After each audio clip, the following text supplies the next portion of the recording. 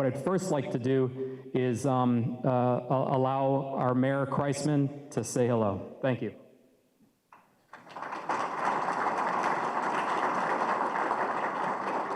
Well, good evening, everyone. This is, wow, I walked in the door and was like, look at this. This is fantastic. Thank you all so much for coming out tonight. This is really what, in my mind, makes this city so special, is that we've got a community that really cares and is engaged in what happens and what the future of the city is going to look like. And so tonight is really an opportunity to, again, in my mind, weigh in and really let us know before everything gets finalized what it is that you like, what you don't like, what you want to see, what your hopes and your dreams are. And then we can take all that information and make sure that we are doing everything we can to respect what you guys want to see out there. It is an exciting time for our waterfront, and this is a real opportunity for us to do some transformational changes and really change what it looks like out by the pier and on the uplands. So have a great time tonight. Thank you all so much for coming out, and I'm really going to be anxious to see what the results of all of your hard work are. So thanks again.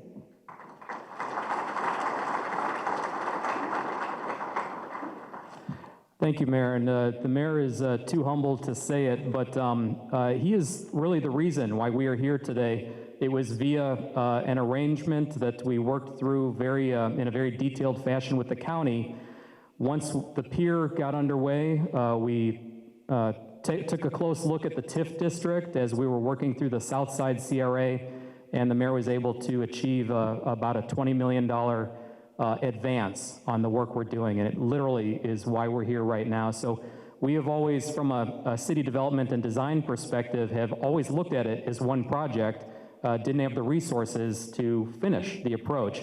But from a visitor customer experience, it's one pier from Bayshore all the way out, and we look forward to walking through that with you today from a Pier Approach concept perspective. So I'm going to speak just very briefly about how we got here in the history, and I will be brief because this is a meeting for W Architecture to walk you through the Pier Approach concept. But before I introduce the team, I wanted just to take you through a very fast forward of where we were and where we are today.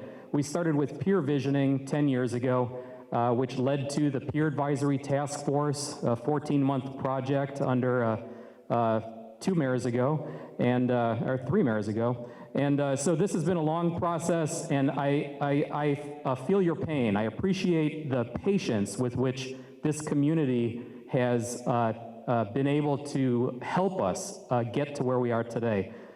Progress is underway, and we're looking forward to a great project. Following the Pier Advisory Task Force, we had a very detailed peer working group under Mayor Kriseman to very specifically look at the program that will wind up at the entire pier district. So you've got the pier district with the pier, overwater, and the pier approach, and the seamless integration between the two in the middle. Following that, or concurrent with that, we've been going through a very important community process with meetings in this room, just like this, called the Downtown Waterfront Master Plan.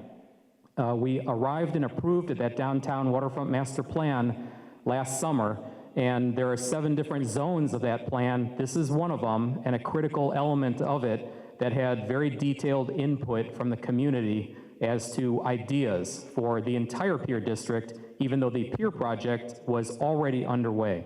So again, right now, the overwater pier component, what we refer to is in a process called schematic design that'll actually be presented to City Council at 8 a.m. on Thursday in City Hall, and we're very much looking forward to this. Today, we focus on the pier concept.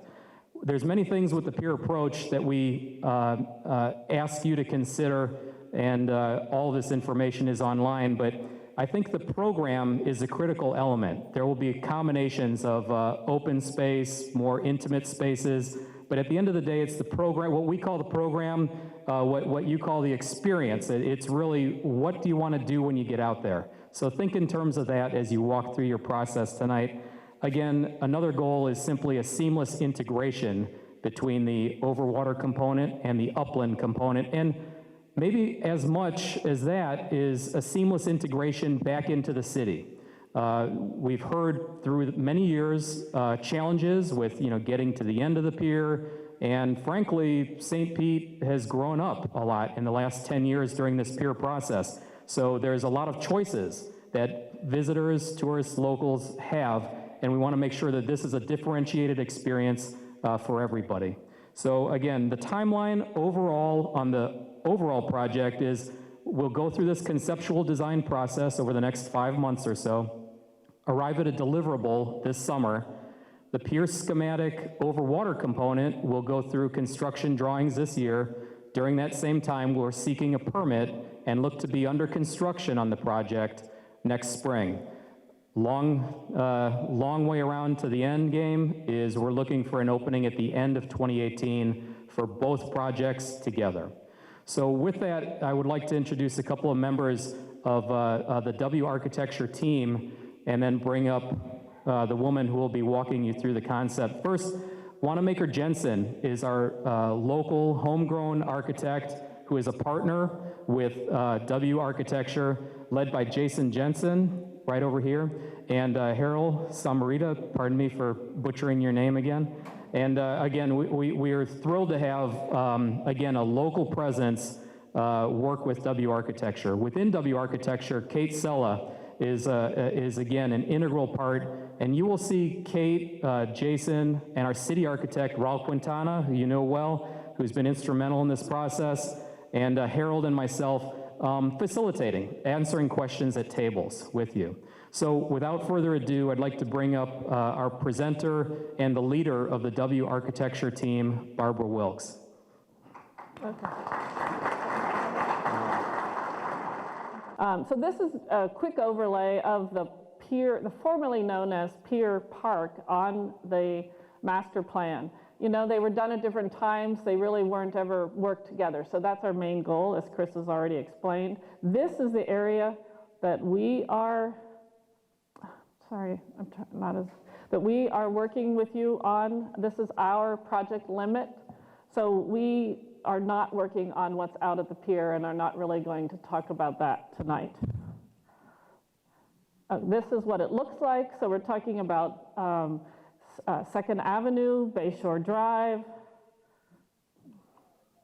Again, approach into the pier, the beautiful view out across the basins, the 2 parking lots, Dolphin and Pelican. And I'm sorry, this is having such a problem. And then these are some of the things we've heard. We've had some stakeholder meetings with some of the people that are located right in this area, as well as the Chamber of Commerce and groups like that, and the mayor, who the mayor said family-oriented, a place for everyone, pedestrian first and cycle friendly. A lot of these things were in the master plan, so we're hearing the same thing. Shade is important for year-round use, provide more access to the waterfront, improve the marine habitat. There's some water quality issues in the basins. The proposed market, we heard a little bit of discussion that perhaps that wasn't located exactly where people would like it, so that's something we wanted to talk about tonight. The restaurants should provide an alternative to Beach Drive, more family friendly, and 2nd Avenue configuration as it was shown in the master plan. Some people didn't quite understand it and again thought perhaps we should consider other options. So those are some of the things we want to talk about. And then we also want to talk about other elements that weren't mentioned in the master plan. So the elements mentioned and located on the master plan are the entrance, Bayshore Drive, the central pedestrian art corridor, the market, and then the restaurants. So we're going to go through those first because those are very specifically located. Then, as I said, there'll be a series of other things that the master plan generally talks about but doesn't really put anywhere. And those are things we want your input on, as well as any other kinds of ideas. That's why we have all these things around the room, to get your input on those other things that aren't these particular 5 that are very particularly mentioned.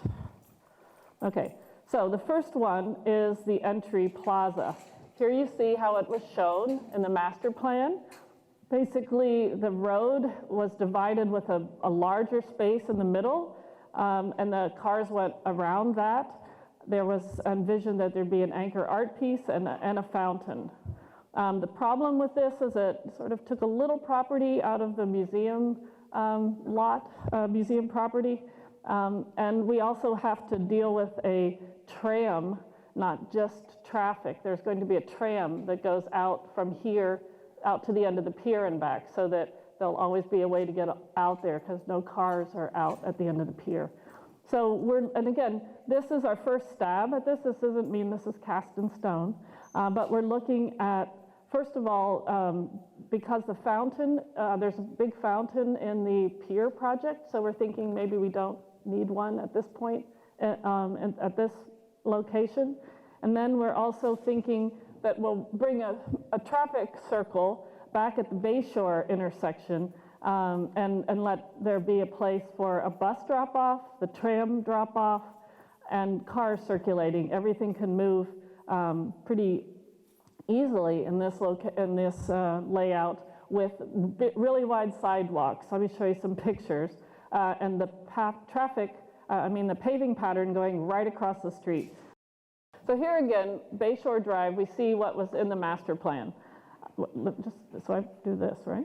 That's what, yeah, just there, okay. This was in the master plan. It shows what they called a convertible street. You can see that it's showing in this case, no cars on it, and it's showing as if it's a festival with people walking. The idea of a convertible street is that it can be used in different ways. So our question to you is, what do you think they meant by that? In other words, is it something that you imagine that cars know where they're, have lanes that they're prescribed to be in? Or is it like that plan where there really is no differentiation? So here's what we have right now. And here's another plan, a version that you can see in real life where they don't have assigned lanes for the car. It's called a shared street, and they just move all together. This means that the cars and the bikes, all have to be going very slow. No, but really, people do this. So this is why we're asking. Here's some other shared streets. This is down in the Keys. Cars, some golf carts, but cars do use this. People use it. Everybody's out in the same street. They're going very slow. The other thing is they tend to usually be just one-way streets. So it would mean a change in the traffic to really do this. Here's another place. This is in Canada, but the same idea. You can see the cars are right there, the people are there, everybody's the bicycle, they're all in the same street. So just showing you these, it does have, I know it sounds scary, but people have done it in quite a few locations, and it is an increasing trend. Again, it means, the idea behind it is everybody has to be so careful that less accidents actually happen. That's the theory. So we're going to show you some options. Here's what it is right now. You have two-way traffic, you have cars on both sides, and then you have a zone that has the pathway in it. So one option is to take away one of those lines of parking. So you just have the two-way traffic, the parking that's towards the park, not one of the rules from the master plan was keep parking away from the water. So we'll put a bike trail and a wider pedestrian way in this zone that's left after we remove the parking. That's one. Two is we're going to go down to just one lane and parking, and it would be going north and make, at least that's what we think right now, although we could also study going south. And it'd have to be some changes that happen up by the Vinoy in terms of the traffic and how that all works. But we're studying all of that. So you get a wider, much wider pedestrian and bicycle realm in this version. And in both of these last two I've shown you, the car knows where it's supposed to be. It's in a separate zone. And then we have this third version, which is the paving that's all the same, that the cars can still go on like you saw in those other options. And it all looks like one thing, which is really what they showed in the master plan. So this is something when you're in your tables, we want to know what you think about it. And so we get a better feeling of what you all really meant by convertible street. Okay, the next place, I'm going to try to go through this pretty quickly. The next place we're going to go through is the sort of central promenade in the market square. The master plan showed this wide central promenade with roads on both sides, so it was isolated. That's what we've heard from some people. They felt like it was still a little isolated from the water and from the rest of the park. And then the open air market pavilion, there were some comments that maybe it was a little too far away from the downtown, that people wouldn't want to walk that far to do some shopping, because it's also over in the corner. So we have a slightly different idea. It's still the same concept, that you're going to have a central promenade with a market square, but we're suggesting that it could be more linear along that way. Here's the Saturday market that you have right now that might move there, might not, might be some other kind of market, might be an art market, might be that indie market, might be any number of things. Might be all three of them at different times. Here's some precedents, historic precedents. Oftentimes when there's a pier, there's a market that's part of that kind of organization, and then the things come in, they go to the market, they get dispersed to the downtown, to the people. That's sort of the historic way. So I don't know if you can all see what these are various historic markets in different cities. We have Baltimore, we have Charleston, Boston, and San Francisco that are in line. So it's sort of a linear market in the street. So this is, we think, an option that would work really well for you here with your central promenade. It brings the markets closer to the downtown. You can see them. You can go, oh, that looks interesting. Let's go see what's going on.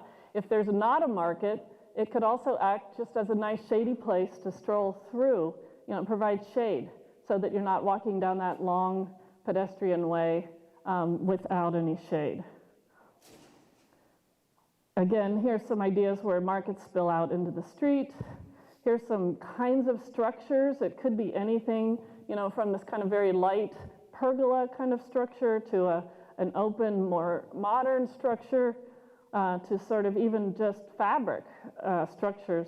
This is in different California, in Greece, where they just cover the whole street, to protect from the shade. So some of the sun. So those are options. Again, talk about this at your table, and there are pictures. You can let us know if you like any of those pictures around the room, because this market's a pretty important element, and we want to make sure when people are beginning that walk towards the end of the pier that it's an exciting place to be and that there's something to do. Okay, the restaurants, that's the fourth item that was already located in the master plan. And they're located, one by the History Museum and the other one down in this corner in the Pelican lot. And basically, we think those locations were pretty good, and we've kept them in pretty much the same locations. The one thing we did was we changed, let me go back, see if I can do that. Yeah, we changed the parking. There was a larger parking lot near the smaller restaurant, near the History Museum, and there was a smaller parking lot near the bigger restaurant that's also closer to the pier. So we kept the same amount of parking that's in the master plan, but made the bigger parking lot down here where you can also use it to get out to the pier, and the smaller parking lot is up by the History Museum and the other restaurant. So really, that's the extent of change here. It's otherwise pretty much the same as shown in the master plan. And these are some ideas of that kind of waterfront dining. Both of those would be, waterfront dining experiences. And so we're not changing that at all. Now, these are some elements that were not located on the master plan that either we thought about or that are particularly mentioned in the master plan. So the first one may sound a little odd, the adult play zone. I mean, that's sort of, we're having a kids play zone, but maybe there's shuffleboard or bocce ball or, those kinds of things that might be considered adult play. There's the idea of enhanced views to different areas, which I'll be talking about, overlooks, which are mentioned in the master plan, picnic groves, breaks in the seawall to have different kinds of access to the water, a kids play zone, the working waterfront, which is the marina, and then are there others? And again, we want to hear from you on that. So I'm going to talk about places where we might put those ones that we listed, and again, we want your opinion on this. So the adult play zone, we put it down here near that restaurant out on the water. The restaurants, because of the new flood regulations, you don't have to be up pretty high. So down at the water level, we thought it'd be fun maybe to have some of these games. You know, maybe there could be a little kiosk that the restaurant comes down and has a little food out down there too. But it would be something that happens on that point. Can people tell where this is? This is out of the Pelican lot. Okay. Then there's also, so that's, you know, this is what some of these places look like. There also was a little spot as you go towards the pier. The pier by this point, right where it says 4B, it's getting taller and taller off the ground. So there's a zone that we need to sort of fill in. And we thought that might be nice to put a coastal grove, we're calling it. So you get a little bit more of some native habitat in that small area. Okay, then we have another area called the Flexible Event Park. This area is facing the North Basin. You have some fantastic views to the Vinoy, which now nobody really ever walks over there because there's not even a promenade along that edge. And then we need some stormwater management. We're going to be managing a lot of the water for the pier also, so we need to have a fair amount of that kind of space. So this is that view that we think is really pretty incredible, and we want to try to make the most of it that we can. So one thought is to sort of have a continuous edge where we play with the topography a little while we're doing the stormwater management and make a little difference between the walkway and the stairs, sort of like the two steps that are shown over on the left. And then people could sit on them. You can look out at that view, watch the fireworks when there's an event. So we're calling it the viewing edge. And that's where it is. It's really all along that edge between where Spa Beach comes in and then what I haven't talked about yet, but the Arts Bridge, which is going off at that angle over to the side. This is the link, we're calling it. It's a piece of that art bridge. It would be a walkway that gets extended out over the water and all the way even becoming a bridge, not just like this. We thought it might be nice in this area to have a picnic grove. Wasn't something that was particularly asked for. I'd like to know your thoughts on it, if that's something you'd like. A nice shady place. There are a lot of trees in that area already. And then this sort of adding perhaps some more native plants and stormwater management in that zone with walkways through it. So that is the flexible event space. Then there's a kids zone, which we put right next to the pier because they have a big plaza up there. That's where they have that fountain I was talking about that's going to be attracting children. They also have a bathroom right above this, which is good if you have a child's area. So we thought this would be a great place. It's near the beach, you know, a great place to have a place for kids to play. And, you know, kids zone, we'd like these are posted, all these pictures, your input on what you think is a fun place for kids, what kind of place. And I think this is the last one, working waterfront. So the whole edge, right now, again, when you get out towards the Pelican parking lot, like there is no big walkway along the edge. So that part of the harbor really isn't not integrated in with what's going on. So we've suggested that this is where the cars will be allowed into the site.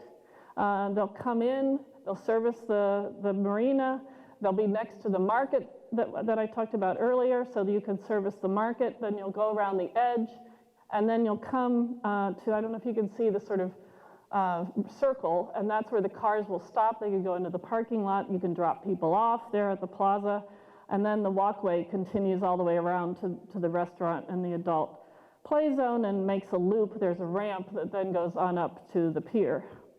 So we're suggesting, you know, sort of a very simple promenade all the way around the harbor to look at the marina. And it might look something like this. The road could get even, a little nicer treatment.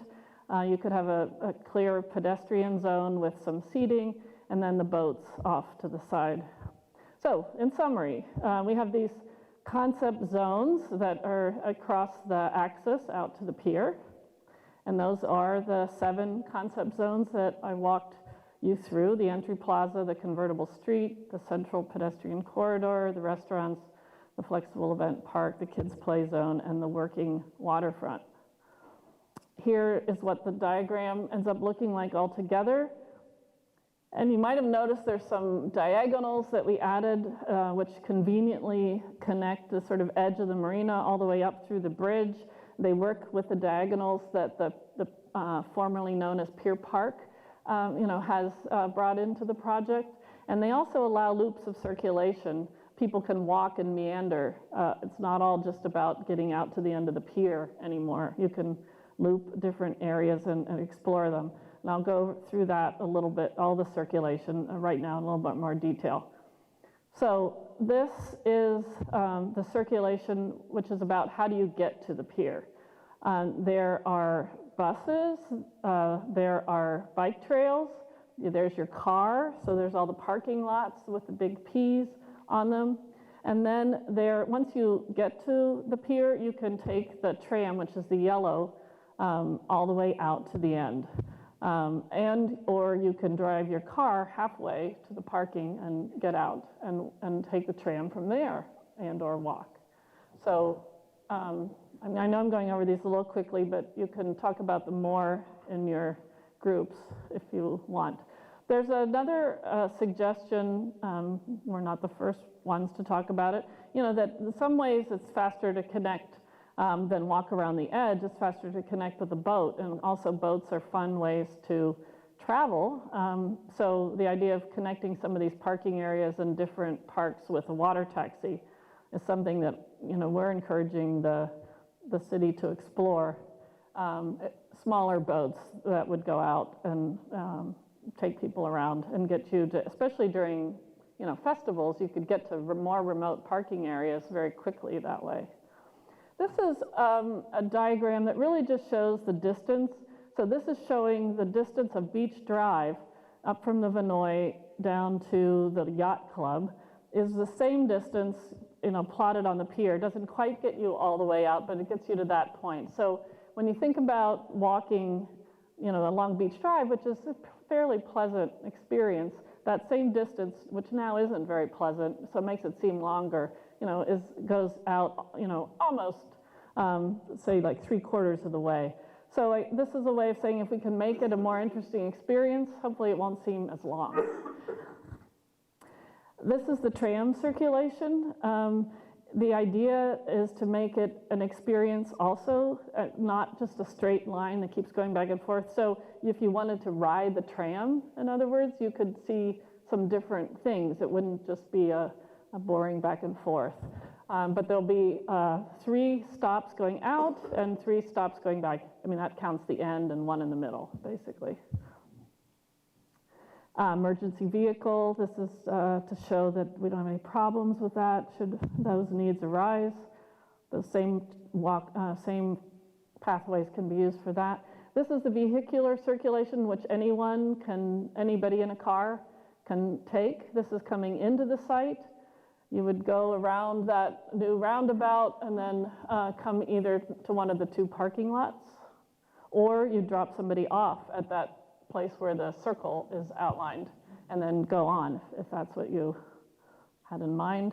To leave, you reverse, go out of the parking lots, go around the circle, and if it becomes one way, you could head north on Bayshore. This is pedestrian circulation, and you can see how those diagonals are really starting to, and how the walkways at the edges are really starting to connect together all the different parts of the site. And this is just the main circulation. There'd be minor pathways between these.